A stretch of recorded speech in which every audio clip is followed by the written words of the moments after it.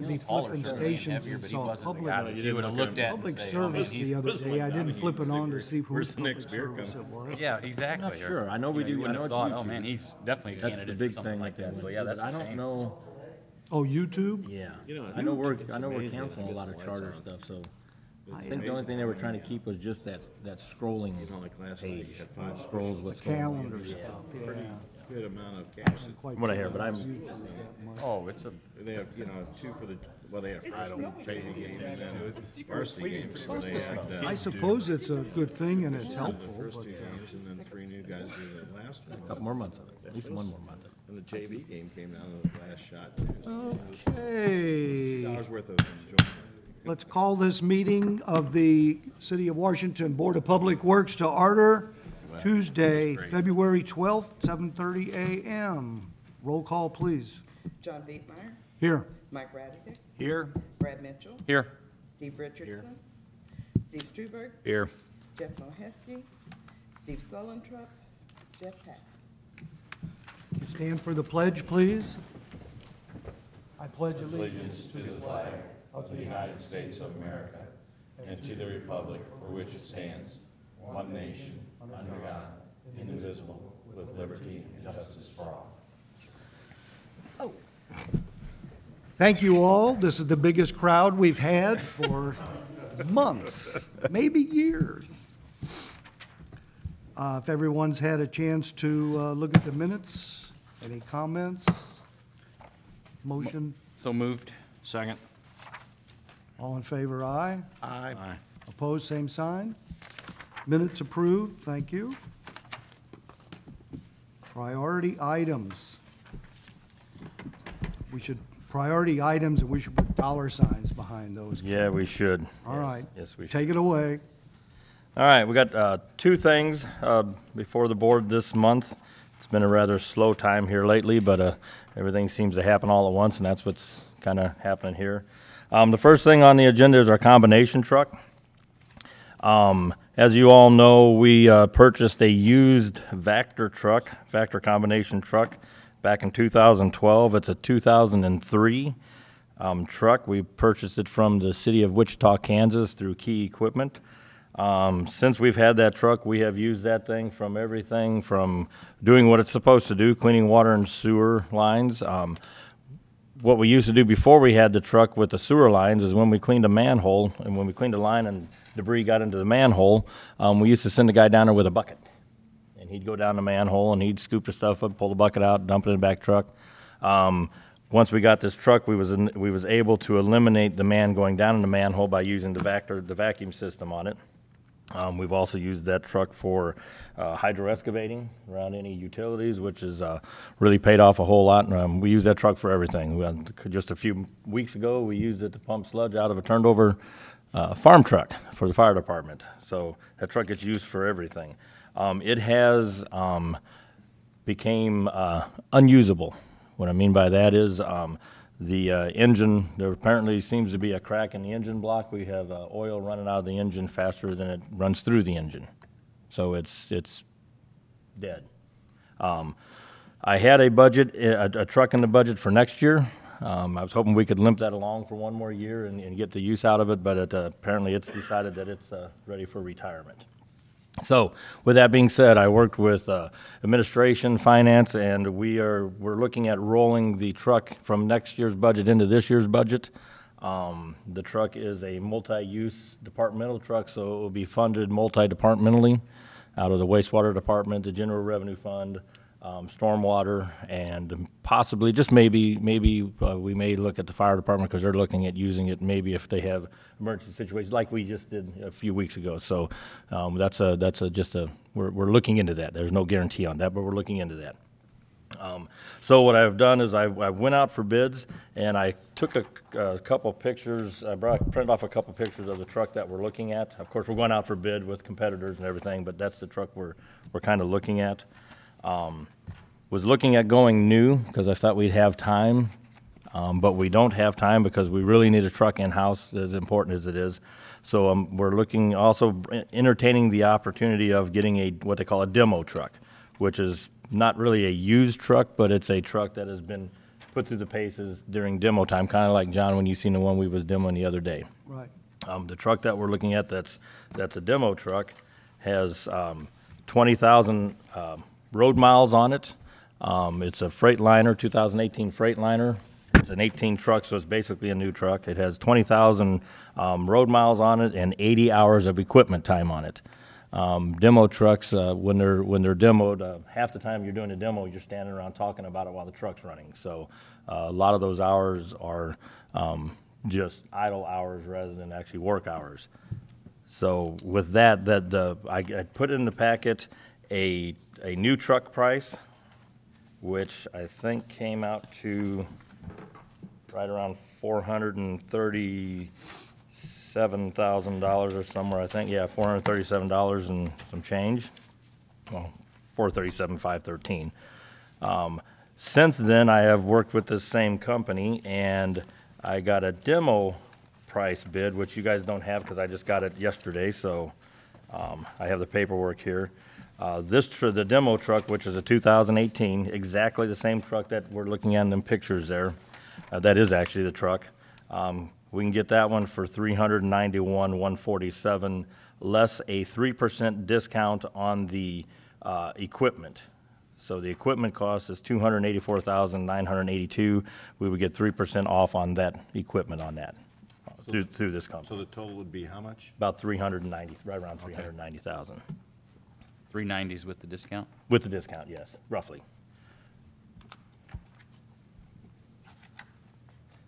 Working with finance, we do have the funds available throughout all the departments. It's just a matter of allocating them once the purchase is done. So what do you need from us? I need from you guys approval to proceed with the purchase of a truck, whether it's this one, which is what the crew wants, and I have my crew here to introduce everybody.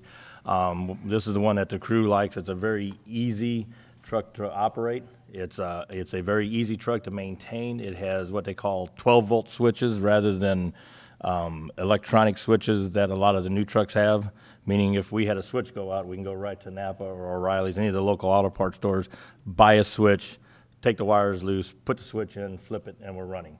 A lot of the new trucks, you have a switch go out, you have to order that switch, wait a week, and then sometimes that switch that you're waiting for is part that doesn't let you operate the truck while you're waiting. So that's kind of what we're looking at. These guys are all mechanically inclined. They can change all of them right out in the field. That's kind of what we're looking at, is being able to do maintenance on a vehicle while we're in the field. Freightliner trucks are very solid trucks. As a matter of fact, our new park bucket truck is a Freightliner, exactly the same truck. So, you know, if you kind of keep trucks alike, you can get them maintenance a lot easier too. So, Do you recall the cost on the existing vehicle when we bought it, $90,000, which was used? which was used. Already, what, 8 or 10 years old? Yeah, it would have been. I wrote all this down. 9 years ago. 9 years How ago. long, And the only reason why we got that truck for $90,000 was the salesman that worked for Key Equipment at the time, who no longer works there, knew we was looking for a truck, and he called me one day and found out that Wichita had just traded in a truck to the Key Equipment in Kansas City. And he said, I can sell this truck to you for $90,000. So I had him write the contract. We signed the contract. When it got to St. Louis and his boss looked at it, he goes, well, this should be a $125,000 truck. So we did. So anyway, so that's the reason why Go back to that truck. Now, you told us about the engine, but what about the equipment itself? Because I think you might Yeah. have mentioned that to me offline about the, Yeah, some of the equipment that's on that truck is becoming hard to find. It's becoming what they call obsolete, some of it is. So when we try to find that, the company that we can buy the equipment from, has to go out and try to find it. And it's rather expensive. The pump alone, we did have to rebuild that pump a few years back. That was a $10,000 repair on that. I don't know how much we just spent on a little bitty switch. It was what, $100 carry or something like that. $300 just for a little solenoid that we had to order and wait for. yeah, once they found it. Once they got it. is there a trade-in value on any of this stuff since you've got is there value to the equipment, I guess, that's on the truck? But if you were to salvage it, just said, okay, we'll salvage the truck, buy the new one. Yeah, there is some value to it. The trick with those kind of pieces of equipment is you got to find the right person that feels there's value. So what we're going to do with that truck is there's no trade-in value for it because it's just so old. But there is salvage value. But there's salvage, so we'll put it out on our online auction place that we go to, like Purple Wave, and then we'll see what we get. More than likely, somebody will buy it, purchase it for the parts more than anything else, because anybody that has a truck like that's going to run into the same situation. They're going to need parts, and some of the parts on it are still operable. And Second question, what kind of warranty do they give us on the truck that we're gonna buy? it's the same as a new truck warranty, so it's was my question. 3 years on the chassis and 1 year on the equipment, standard mechanical Okay. warranties on everything. So everything is as new warranty. And I have the emails I can send to you guys on that one, so. Kevin, real quick, it's a larger truck. Could you explain kind of the difference between the capacity of this one with the existing? Sure, yeah. Get into that a little bit. The current truck we have is what they call a 6-yard tank, a body on it. The new truck is a 12-yard. It's twice the size, so we're getting twice the truck. Carries twice the water. What we find is a lot of times we've got I got a perfect example right now why we need this truck, why we need a truck, whether it's this one or another one so bad. We have a lift station that has a hole in the pickup pipe, which means the part that sucks the water out of the sewage out of the wet well. It has a hole in it 7 foot up. To repair that, we need to be able to keep that lift station in operation and yet suck it out while a man's down in there because somebody physically has to go into that lift station and fix it. With the current truck, with the 6-yard, we would have to stop operation while we were working on that to dump the truck. With this 12-yard truck, we can accomplish that feat in one tank, get the job done, and move away. So it's that. When we do routines, right now, Kerry and Steven go out and do routines with the current truck. With it only having a 6-yard body on it, when they do suck out, they can get so much done, and I don't have the exact numbers. I could work up numbers for Kerry. We could get numbers up. But you can do so much footage, then you have to stop, go dump down to the treatment plant, and they may be on the west end of town. They've got to stop. With the bigger truck, we can do twice as much. Everything is twice as much when we do this. When we do hydro excavation, a lot of times we'll be potholing, we fill up, we got to go dump, come back. We get twice as much done, which equals up to man hours, which equals up to value of the truck. So that's the whole thing. That's why we're going to a bigger truck, so we can actually get more done while we're out in the field. So. I so move that you use your due diligence and do what you have to do to get the truck. Second. And I'll make sure that when I get all the bids, I'll send them to you guys so you see what the numbers are. Obvious we need it. Okay. So. Motion was made and seconded to move forward with the purchase of the vehicle. Recommend to council. Yes. All in favor, aye? Aye. Aye. And this will be. Go ahead. Sorry, this will be a fast track too, so I'm gonna try and get it to the next quickest council meeting I can to move forward with it, so. Opposed, same sign. Motion approved. Thank you, Kevin. You're welcome. All right. All right, the second one. We didn't spend everything on that, so now, what else would you? Now, we're gonna spend a little bit more. Okay, the second thing on the agenda is a pump for Walnut Street. This is something that we've been working on for a long time. This has been months and months of figuring out what we can do. Front Street, we've had an ongoing problem on Front Street for years. I've been here, this May I'll be here 19 years. For those 19 years, we've had issues on Front Street when we have storms and heavy rains. We've had it even prior to me being here. So we had looked at, I guess it might have been maybe a year ago or somewhere around there, I think we had a discussion about putting a new trunk line from West End, which is down on the west end of Front Street, all the way down to Walnut. That came in at a price tag of well over $1 million to do that, and even finding a way to do it it just wasn't feasible. So we started looking at that time, what could we do at the Walnut Street lift station to improve the ability to pump everything that goes to the lift station down to the treatment plant. And what we've come to find out is the only alternative we have is to install a bigger pump at Walnut Street. When I say a bigger pump, we're looking at a 185 horsepower pump that will pump 2,500 to 2,800 gallons a minute when it's in operation. With that, I worked with Cogent, who is our supplier of flight pumps, which is what we're switching over to all of the lift stations because they're a bullet-proof pump. We have, let's see, 3, 4, 5 of them in operation right now. And the only problem that we've had with any of those pumps was manufacturer issues of the gel that was in the cooling jacket around the pump. As far as the pumps themselves, they're like I said, they're bulletproof. We very seldom work on them unless they get rags wrapped around them. We have to around the impeller, and we actually have to pull them to clean them out. Other than that, they're bulletproof pumps. So with that, moving on, I have a cost in front of you on that, and I do believe that one is the cost for the equipment and the materials and the installation is $227,955. There will be some extra costs. There's going to be about $4,500 worth of pumping that we have to do, what's called pump around, while they're doing some work in the wet well or in the dry side of the lift station. We already have everything set up for that because several years back when we moved over to the flight pumps, we pumped around for quite a while. So we have everything set up and we kept all that. So that's not a cost on that. Excuse me. So with everything being said, if you guys approve us moving forward with this, the next time we have a storm after this is installed, we won't have to adjust our pumping at 3 lift stations. We won't have the issues that happen on Front Street. It will all be down at the treatment plant. Is the pump that's at Walnut Street now, is that 19 years old? No. The pumps that we have down there now are only 8 years old. So what do we do with those pumps?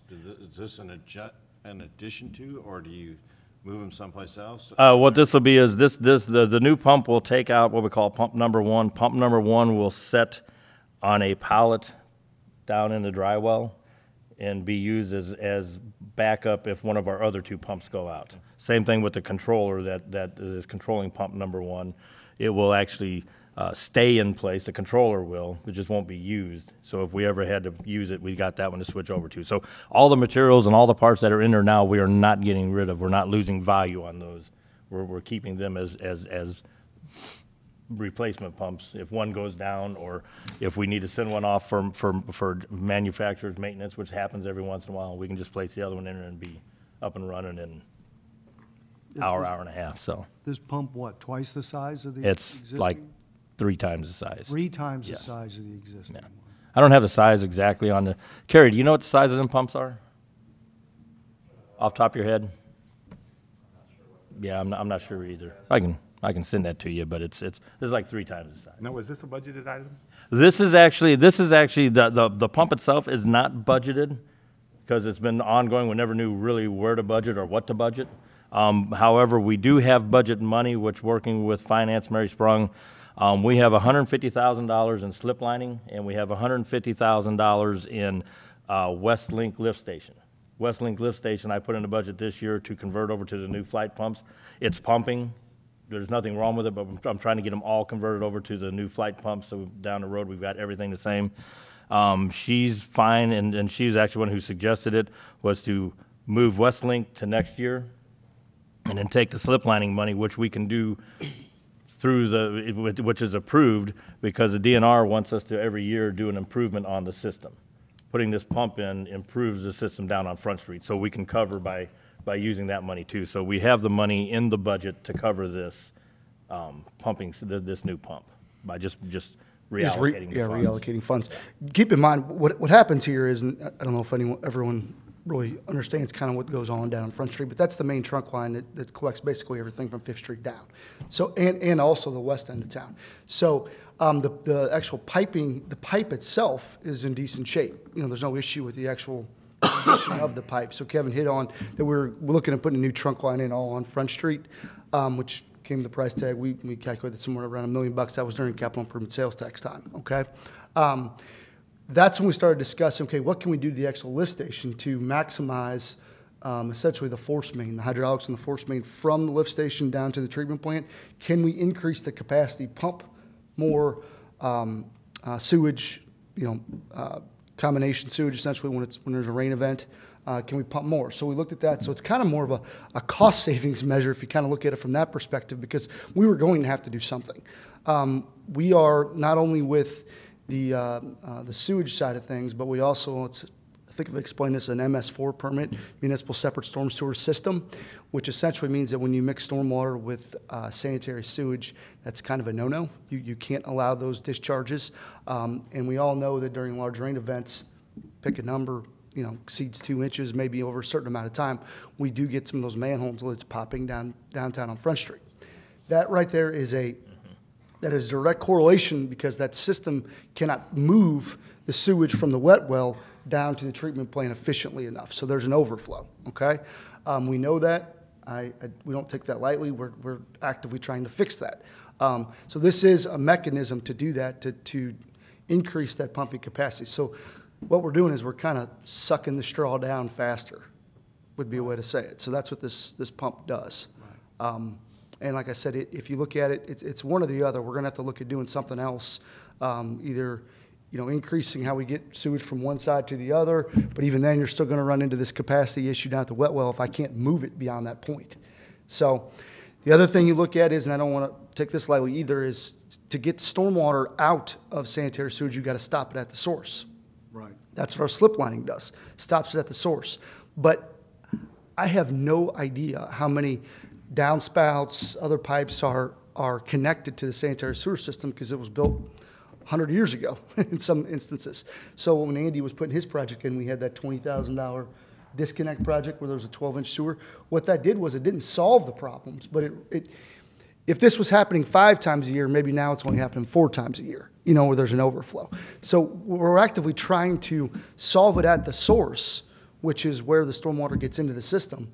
But that's a very reactive way to do things, because I cannot tell you where all those locations are at. Well, it's a long. Well, It is. That's a long-term, that's exactly right. So this is just a piece of that. and we'll continue working on that. Some of the other problem with where we receive all of our sewage that ends up down at Walnut Street is a lot of the older part of town, which is what we're sitting in right now, is 6-inch lines, not slip line 6-inch lines. So if you have a joint that's offset, say on the top of the pipe, it may not be affecting the flow of the sewage going down the line, or it's not releasing itself from the pipe, but the top of the pipe is broken. It's allowing that infiltration to come in the top. Right.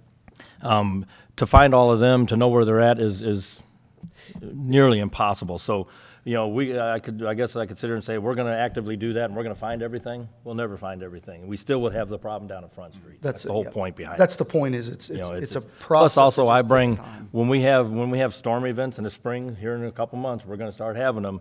I have 3 to 4 guys out all night long working on adjusting and making sure that manholes don't pop, or trying to do whatever we can do when this event's happening. So it's not only causing problems, it's increasing man-hour times out in the field, which is all ties to safety, especially when you're a storm event. Anything can happen. So this all ties together with that. Do you think this will pretty much take care of the problem on Front Street? I Is it big enough? can, I guess is what I'm asking. can I guarantee the problem we take care No, of? you can't No, I guarantee cannot, because think it's- there is the wet well itself is the choke point of the whole thing, because you got to pick that water up and force it down to the treatment plant. That's just how it works. So can you guarantee it? No. Will it dramatically reduce that risk? Yes, significantly. Yeah. If you're talking pumping capacities of 3 times, Yeah. and this is happening, pick a number, 3 to 4 times a year, we could eliminate, you could maybe reduce this down to once every 5 years. Do I know the number? I do not know it. But What we know with all this paperwork that's in this packet is that we've spent a lot of time calculating, trying to figure out best guess how much flow we have coming into the lift station. We calculate that somewhere a heavy storm we're getting 2,000 to 2,200 gallons a minute is what we're kind of calculating on. That's why we went to a 2,500 to 2,800. We upsized it past what we've calculated comes in. It's really hard to figure out what comes in because we don't have flow meters coming in, but that's what we've calculated, so. Is this a better alternative? I know obviously it's a lot cheaper, but is this a better long-term alternative than the new trunk line? Yes. So, Putting in a part that's gonna last less than the trunk line, I assume would have a longer lifespan. Well, back to the trunk line, if we was to put a new trunk line in, the only place that we could have put the trunk line was on the north side of the track. Meaning we'd have to cross underneath the railroad tracks, put it on the north side, which is the flood side. So at that point, if you put manholes on the flood side of a situation, you introduce yourself to more issues than not. Even if we had planned using fusible pipe, kind of like HDPE pipe, but all that stuff can have problems. So you kind of introduce yourself to a whole nother avenue of issues if you do that. So, I would just add too that the one manhole that does pop, I think it's at Olive, is that correct? Yeah, Front and Olive in front. So that's got a 24-inch lid on it, and it is. I mean, when it's really flowing good, you're getting 8 to 10 inches of stormwater combination mixed in with it. Yeah. So you could calculate that. I mean, we calculate that volume of water coming out of that. Okay, that's the only release point of the whole system. So as long as your pumping capacity is increased by that volume coming out, yeah. you solve the problem because you're keeping it sucked down. You see what I'm saying? So it's. I mean, like I said, to guarantee it, I can't guarantee it. I mean, there could be something X, Y, and Z failure. But what I'm saying is that it will be dramatically reduced. So I probably shouldn't ask this of an engineer because I'm sure you looked at it, but my curiosity is the pipe between the treatment plant and this pump. Does it have the capacity to Does handle it, yeah. Yes. I mean, that's a given. I just had to ask that. Is that a larger Yeah. pipe that we have on the front? That's a section? what, Kerry? Yeah, 14-inch. 14-inch. 14-inch pipe. So I think the pipe on Front Street coming in, the gravity is what is that one coming in? Well, it transitions from a 6 to a 12. Well, what is to it? But at 16 the end to into the wet 15. well itself. To the wet well is an 18-inch. It's an 18. So you got an 18 coming in, you got a 14 leaving, and you're pumping it under pressure. There's plenty of capacity in that 14. Yeah, pipe. that's the difference between the gravity Just and the force. trying to Yeah. wrap my I mean- head around what we're. And Right, the treatment right. plant can handle it because our treatment plant's designed, it's a 4 million gallon treatment plant. And we're operating at 2 million gallons. We're at half capacity as it is anyway. So that surge going down to it, it can receive it, handle it, and process it with no problem, so. I think we beat this one. So I'm asking if you guys. I'll make a would motion, we proceed. Second. Motion made and seconded to proceed with the purchase of the upgraded pump. And I guess this will be, this just an expense item? You got to take this to the council. Oh, this will have to go to council because I have to amend the budget to move the line item stuff. So this one will be moved to the very next council meeting for their approval so that I can get, because even when we approve this, we've got wait time for the equipment, 12 weeks for the pump, 10 weeks for the controller, stuff like that. So we need to, And by doing this, and where the money's coming from, you'll basically cut your slip lining in about in half this. well, this year, for this budget year, I won't do any. Next budget year, which starts in October, that's when I'll bring next year's budget. We'll have stuff lined up and ready to roll. So the 300,000 you had budgeted between slip lining and the other well, you're only gonna use 227, but you're Yeah, gonna do any additional. we'll have to see how much we can do, because a lot of times if you don't have a big volume of slip lining, it costs more than if you have a big mobilization volume. cost So goes higher. mobilization, everything eats it up. So, we'll look at that. I'm not saying that, no, we're not going to. We also have other options. I mean, he identified 2 different funding sources there, but once again, we've talked about this, this is another one, it's a stormwater issue as well. So, I mean, we are eligible to use, there's dollars available from the stormwater fund to kind of offset those as well. So, to say that we want to cut out slip lining, I'm not, Yeah. we'll look into that. But you start getting slip lining projects down to $50,000, it's really not worth the time to do it because your mobilization costs are pushing 15 to 20,000 just to get that done. You're not Then getting it yes, done. and I would certainly say make sure we look at avenues as far as stormwater and other Oh, yeah, definitely. funds to pull this from, as opposed to taking it all from slip lining or wherever. I mean, there's no sense for it to all be on the burden of one. Right. Yeah, and we've had the discussions I think- about that. It's just trying to figure out which is the best. I think what we could do is Back once to we, truck, use funds for that. we could, once those are identified, which those will happen in the next couple of weeks, to identify what those funding sources are, we could definitely come back and tell you exactly where it came from. And that way we could come up with it. I'll keep you guys updated on the progress of it. Is there a chance that we'll have this, the that we can even have this in place by the time the spring rains come, middle of March? There's a very good chance that we'll have this in. Very good chance. Yes. Very good chance. Motion made and seconded Have to this in by move. the middle of March? No, not by May. Not by March, by May. I was just saying. Which is when, You said March. Did you say March? well, I thought you meant You May. said That's why I was shaking my head no. Yeah, weeks, I no. was gonna say May to June, maybe, but Of March being the. I was trying to count on my fingers, that's not right. April showers, spring, May flowers. So we'll Yeah. have it before the flowers. Yeah. Well, and who knows, we may get it before. I mean, I've already got the company working very hard on lining everything up, so Yeah. they can't make a move until it's all approved, but they're lining things up, so they may already have an avenue of getting it here even quicker, so All right. won't know until we get it approved and actually make that final say-so. I'm going to try this once more, Beverly. Yeah. All in favor, aye? Aye. Opposed, same sign. Move ahead. Quickly. Thank you, Kevin. You're welcome. All right.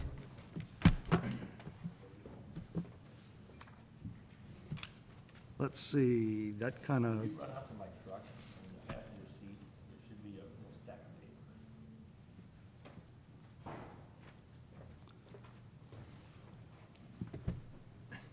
those were the priority items. Anything else on wastewater? No, other than that, everything is doing good, Okay. other than that. And back to- water? Water's good. Well, I was No- gonna do no it- main breaks I was so gonna talk far in old today. business. Yeah, no main breaks so far. We did have a couple main breaks, but that's fully expected. I don't remember the exact addresses. These guys would remember them. You know, we had one? Oh, no, you're saying be quiet. Okay, we'll have three now. But no, it's been good. The system's working good. While I'm waiting for Bryant, I might as well bring this up. Well 9, we're still, Steve did a really good job of giving us getting some plans together for us for the square building we're building. got to do it. Sorry, fellas. Yeah, had to do it. Now Mother Nature's playing havoc on us, so it's still a plan. We're still moving forward, but we got to wait for the weather to break so we can dig footings. All And, sticking out of the ground and wrapped up. yes, it's still all sticking out of the ground. I would just add that, just from the insurance side of things, we have not received any dollars, not received any settlement offer, not received anything. It's in the world of insurance fighting.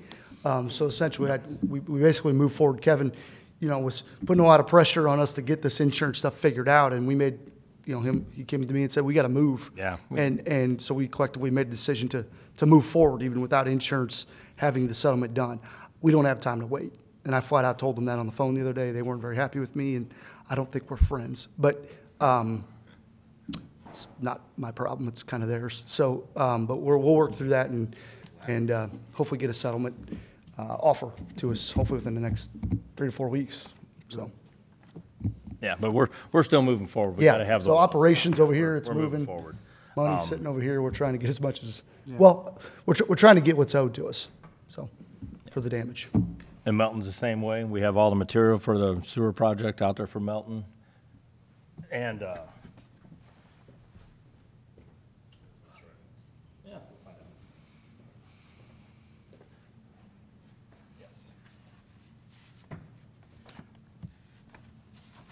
And I'll finish up real quick here and then I'll hand these out. Melton's sewer line project's the same way, where rain is playing havoc on us on that, so that's more a safety issue because we're working on kind of an incline there and don't want to have anything happen to the guys or lose a piece of equipment in the little pond out there because we tried to rush into it. We will have it installed before they need it, so that's not an issue, but just trying to play the weather game. I know everybody uses it as an excuse, but it is what it is right now, so that's that. Okay. Now we can move to water. A. Water, Yeah, it's annex properties. properties. Yes.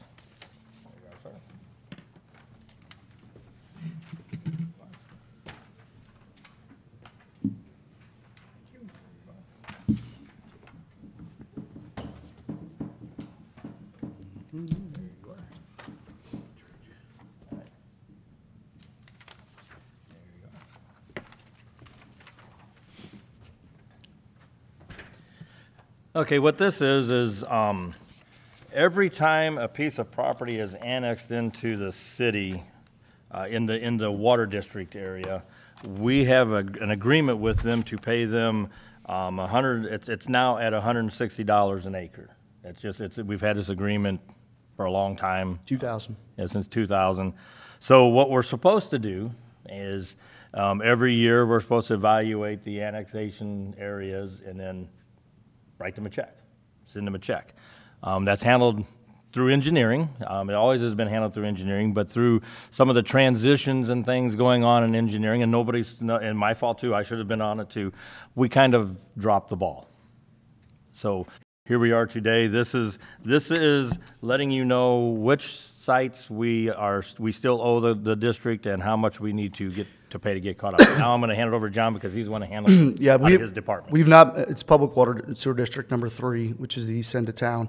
It's $100 an acre, Kevin hit on a $100 an acre payment that does go up for the first 5 years of that agreement. So through 2005, it was $100 per acre. Then it also then goes up $10 every year thereafter. Okay, so we're in 2019, so we're 19 years in agreement. So it's gradually increasing per acre. So Kevin brought it to my attention, it was like a year ago actually, that we've not made a payment to them in quite some time. So going back, looking through what quite some time meant, 2007 was the last time we made a payment.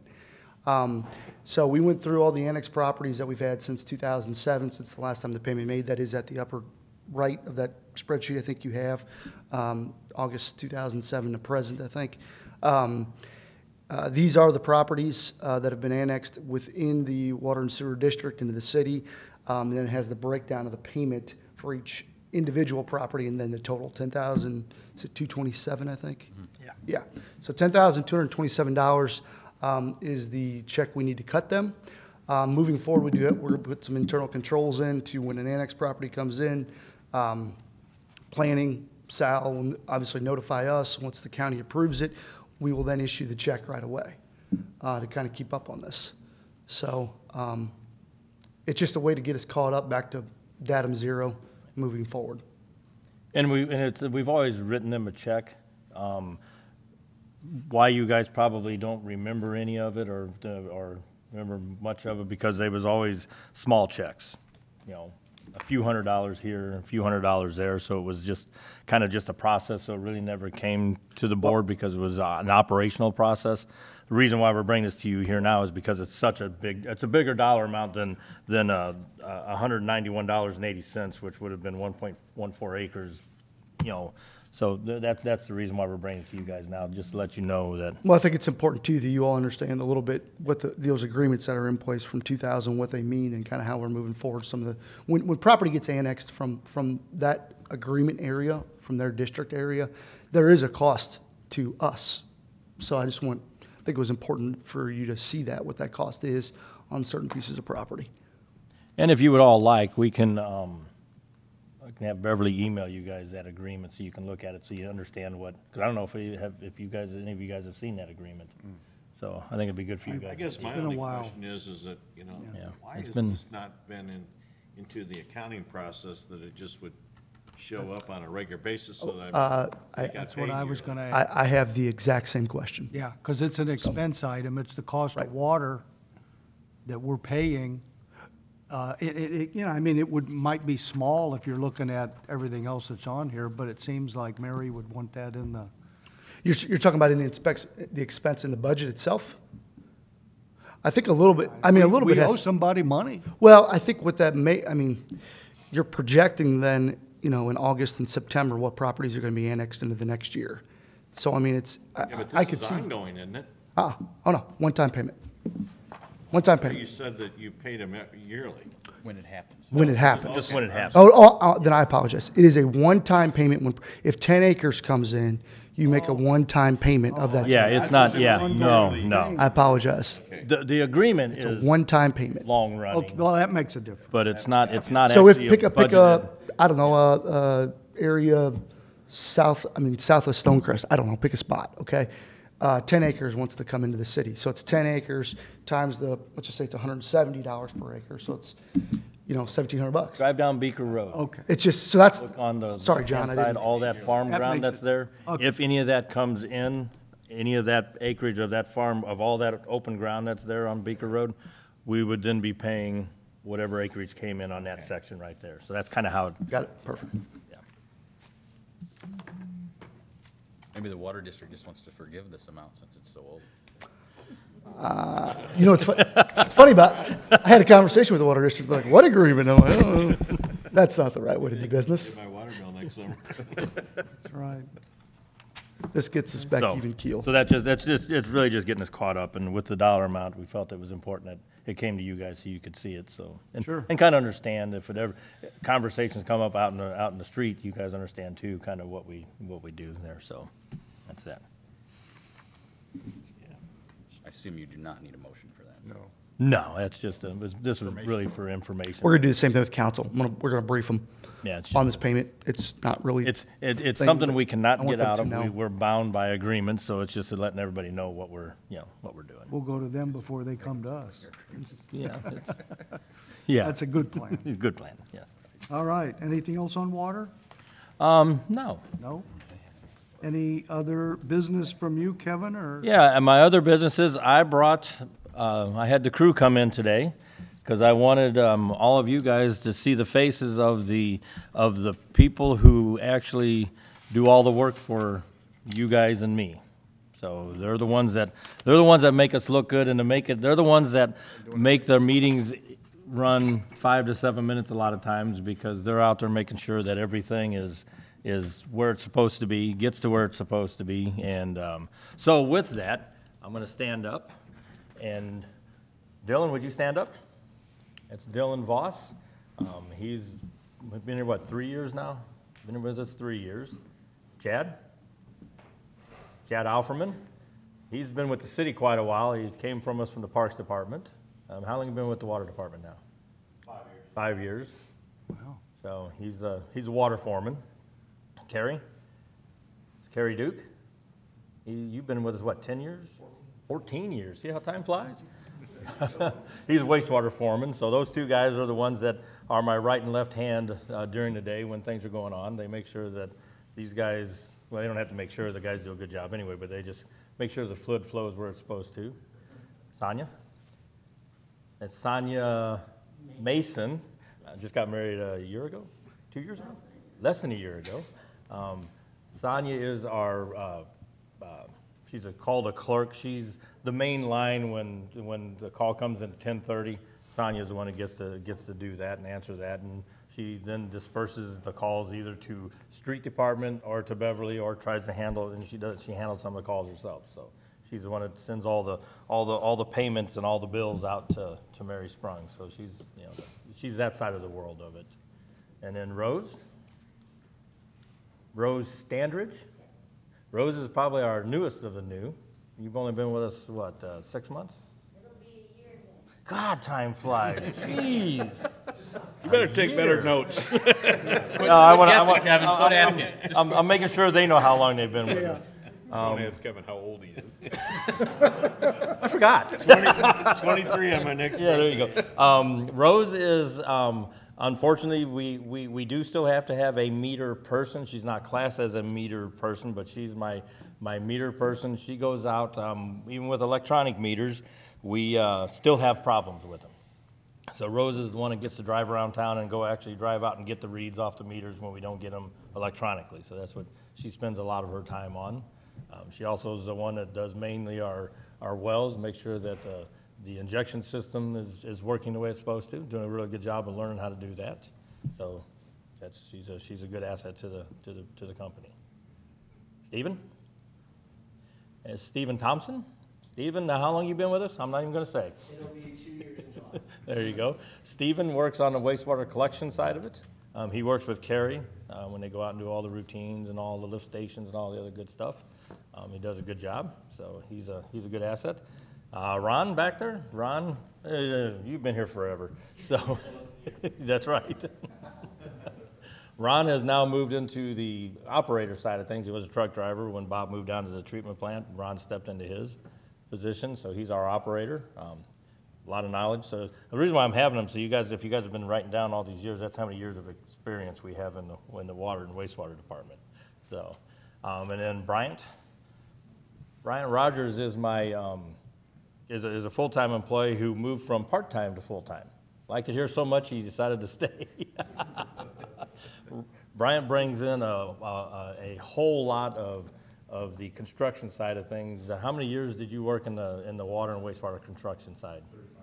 35 years with an independent contractor, and then retired and came to work for us part-time, and he worked so good I offered him a job and he actually accepted, so it worked out good. So anyway, that's the crew that does everything out in the field, the small crew that does everything for water and wastewater. We got the guys down at the treatment plant. You'll meet those guys when we go down and do a visit. We're going to do a visit down at the treatment plant one of these days for you guys. So they're the ones that does everything out there to make us have quiet meetings 9 times out of 10. Thank you.